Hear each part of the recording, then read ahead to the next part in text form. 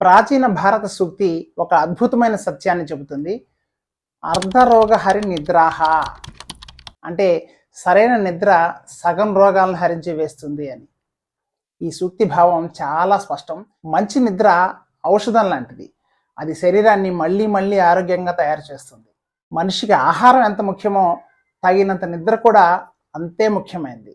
తిన్న ఆహారం జీర్ణం కావటానికి రోజంతా చేసే శారీరక శ్రమ వల్ల కాళ్ళు, చేతులు, గుండె, మెదడు మొదలైన ముఖ్య అంగాలు అలసట తీరి శరీరం సక్రమంగా పనిచేయడానికి నిద్ర ఉపకరిస్తుంది. అందుకే ఆరోగ్యవంతుడు రోజు కనీసం 6 నుంచి 8 గంటల పాటు నిద్రపోవాలి. నిద్ర సరిగ్గా ఉంటే శరీరం సమతుల్యంగా పనిచేస్తుంది. అటువంటి వ్యక్తికి రోగాలు దరిచేరవు. నిద్రలో జీర్ణక్రియ సక్రమంగా జరుగుతుంది. కండరాలు విశ్రాంతి పొందుతాయి.